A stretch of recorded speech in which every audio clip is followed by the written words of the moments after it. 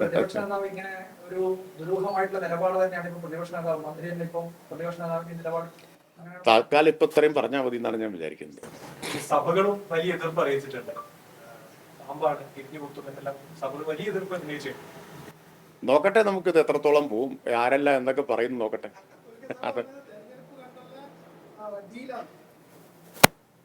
അതെ, അത് ഞങ്ങളെ പറ്റി ആയിരിക്കില്ല പറഞ്ഞിട്ടുണ്ടാവുക. ഞങ്ങളെ പറ്റി അല്ല, സർക്കാരിനെ പറ്റി അത് പറയാൻ പറ്റില്ല. സർക്കാരിനെ പറ്റി അത് പറയാൻ പറ്റില്ല. തീർച്ചയായിട്ടും അത് ആത്മവിശ്വാസത്തിൽ പറയാൻ പറ്റും. കാത്തോലിക്ക സഭ അങ്ങനെ പറഞ്ഞിട്ടുണ്ടെങ്കിൽ ഞാൻ കേട്ടില്ല. സർക്കാരിനെ പറ്റിയായിരിക്കില്ല. സർക്കാർ അത്തരം ഡീലുകൾ ഉണ്ടാക്കുന്നവരല്ല. ആവശ്യപ്പെട്ടിട്ടുണ്ടല്ലോ ഇത്തരത്തിൽ സമയം കൂട്ടാൻ പാടില്ല, അതുപോലെ ഇത് കുറച്ചുകൊണ്ടുവരണം. അതെല്ലാം എല്ലാ ആവശ്യങ്ങളും എല്ലാവർക്കും ഉന്നയിക്കാനുള്ള അവകാശം ഉണ്ടല്ലോ. ഇപ്പം നമ്മുടെ മുമ്പിൽ കണക്കുകളുണ്ട്. ഞാൻ ഒരു കണക്കാണ് പറഞ്ഞത്. ഇതൊരു വ്യവസായമാണ്. വ്യവസായമായിട്ട് ഈ ഗവൺമെൻറ് വന്ന ശേഷം വന്നതല്ല. കേരളത്തിൽ എല്ലാ കാലത്തും ഇതൊരു വ്യവസായമാണ്. ആ വ്യവസായം എന്ന നിലയിൽ 35 ലക്ഷം രൂപ ലൈസൻസ് കൊടുക്കുമ്പോൾ നമ്മൾ ഓരോ വർഷവും ലൈസൻസ് ഫീ ഈടാക്കുന്നുണ്ട്. അപ്പോൾ വ്യവസായത്തിൻ്റെ നിലനിൽപ്പും പ്രധാനമാണ്. എത്രയോ കാലമായിട്ട് നിലനിൽക്കുന്നൊരു വ്യവസായം. ഇനി നിങ്ങൾ നോക്കൂ, ഈ ഒരു ഇരട്ടത്താപ്പും കാപട്യവും ഇത്തരം കാര്യങ്ങളിലൊക്കെ ഉണ്ട്. പിന്നെ ചിലരെ പറ്റിയൊക്കെ ചില കാര്യങ്ങൾ നമുക്ക് പരിമിതി ഉണ്ടല്ലോ പറയാൻ. അല്ല, അതുകൊണ്ടാണ് ഞാൻ പറഞ്ഞത്. കണക്ക് നോക്കൂ. തമിഴ്നാട്ടിൽ ബാറുകളും റീറ്റെയിൽ ഔട്ട്ലെറ്റും കൂടി ചേർന്നാൽ 5683. കർണാടകയിൽ 5539. ആന്ധ്രയിൽ 4576. ആന്ധ്ര വിഭജനത്തിന് ശേഷം കേരളത്തേക്കാൾ ചെറിയ സംസ്ഥാനമാണ് കേട്ടോ. തെലങ്കാനയിൽ 2485. കേരളത്തിൽ ഇതെല്ലാം കൂടി ചേർന്ന് ആകെ മദ്യശാലകളുടെ എണ്ണം 1379. എന്ന് പറഞ്ഞാൽ കേരളത്തിൻ്റെ 4 ഇരട്ടി തമിഴ്നാട്ടിലും കർണാടകയിലും ഉണ്ട്. കേരളത്തിൻ്റെ 4 ഇരട്ടി ജനസംഖ്യ ഇല്ലല്ലോ. 4 ഇരട്ടി ജനസംഖ്യ ഇല്ലല്ലോ. അപ്പം ഇതെന്തോ മറ്റെവിടെയും ഇല്ലാത്തൊരു കാര്യം കേരളത്തിൽ, അതും ഇപ്പോൾ ഈ 10 കൊല്ലം കൊണ്ട് ചെയ്തു എന്ന മട്ടിലൊക്കെ പറയുന്നത് തികഞ്ഞ കാപട്യവും ഇരട്ടത്താപ്പുമാണ്. അപ്പം ഇത് വ്യവസായം എന്ന നിലയിൽ ഇന്ത്യ മുഴുവനുണ്ടല്ലോ. ഞാനിപ്പോൾ ദക്ഷിണേന്ത്യൻ സംസ്ഥാനങ്ങളുടെ കാര്യം മാത്രമേ പറഞ്ഞുള്ളൂ. ഇനി ഉത്തരേന്ത്യയിലേക്ക് പോയാൽ കണക്കുകൾ ഇതിനേക്കാൾ കൗതുകകരമായിരിക്കും. ഇപ്പം യാഥാർത്ഥ്യങ്ങളായിട്ട് കാണണം.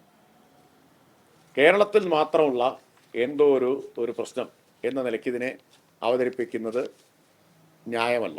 പിന്നെയോ സ്വകാര്യ സംഭാഷണങ്ങളിൽ എല്ലാവരും ഇതിനൊക്കെ അനുകൂലമാണ് താനും.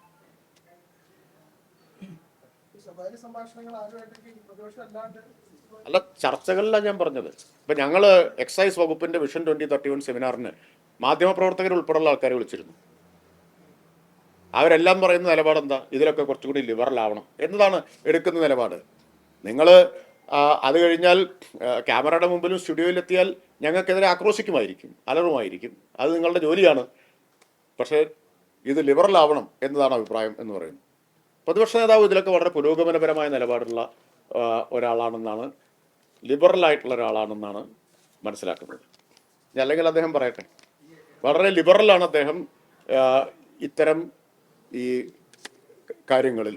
കാരണം മാറുന്ന ഒരു സമൂഹത്തിൻ്റെ കൂടെയാണ് എന്നാണ് അദ്ദേഹം പല വേദികളിലും പറഞ്ഞു കേട്ടിട്ടുള്ളത്. ഇടത് സർക്കാരിൻ്റെ മദ്യനയമായിട്ട് പ്രശ്നമില്ല. അതാണ് ആശങ്ക. അതിനെപ്പറ്റി ആശങ്കപ്പെടുകയോ വേണ്ട. ഇത് മദ്യവർജനം തന്നെയാണ്. മദ്യവർജനമാണ്, മദ്യനിരോധനമല്ല. അതാണ് വ്യത്യാസം. വർജിക്കേണ്ടത് കഴിക്കുന്ന ആൾക്കാർ വർജിക്കുക.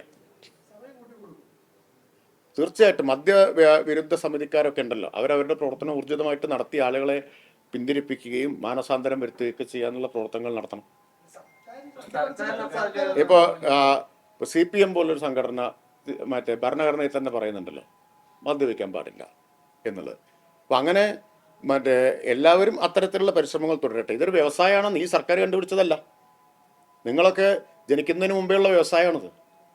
നിങ്ങൾ ധരിക്കുന്നത് നിങ്ങൾ ജനിച്ച ശേഷം അല്ലെങ്കിൽ കഴിഞ്ഞ 10 കൊല്ലം കൊണ്ട് ഗവൺമെന്റ് കൊണ്ടുവന്നാണെന്നാണോ? അന്നൊന്നും ഇല്ലാത്തൊരാകുലത ഇപ്പം എന്താ? ആണല്ലോ, വർജനമാണ്, നിരോധനമല്ല. സമയം കൂട്ടി കൊടുക്കുമ്പോൾ സ്വാഭാവികമായും കൂടുതൽ അവൈലബിലിറ്റി ഉണ്ടാവുകയല്ലേ ചെയ്യും. അല്ല, ഞാൻ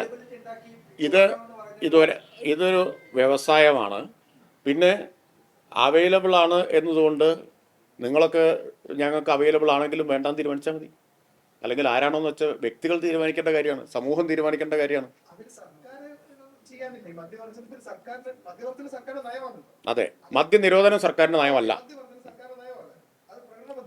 ബോധവൽക്കരണമൊക്കെ നടത്തുന്നുണ്ടല്ലോ, ബോധവൽക്കരണം നടത്തുന്നുണ്ട്. അല്ല, ഞാൻ ചോദിക്കട്ടെ, മദ്യം നിരോധിച്ച സംസ്ഥാനങ്ങളുടെ സ്ഥിതി എന്താ?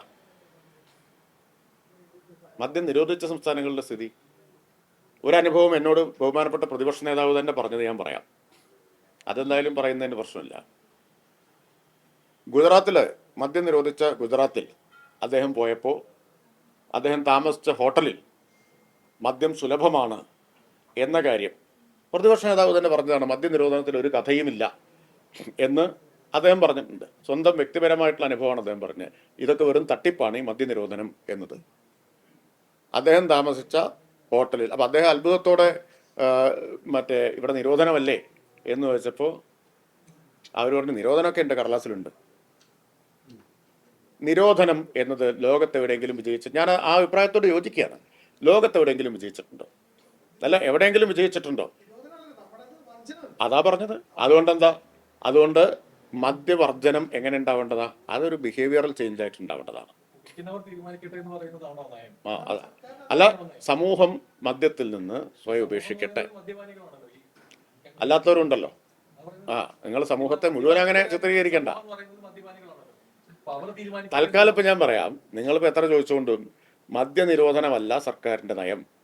അത് ഞങ്ങൾ നേരത്തെ പറഞ്ഞിട്ടുണ്ട്.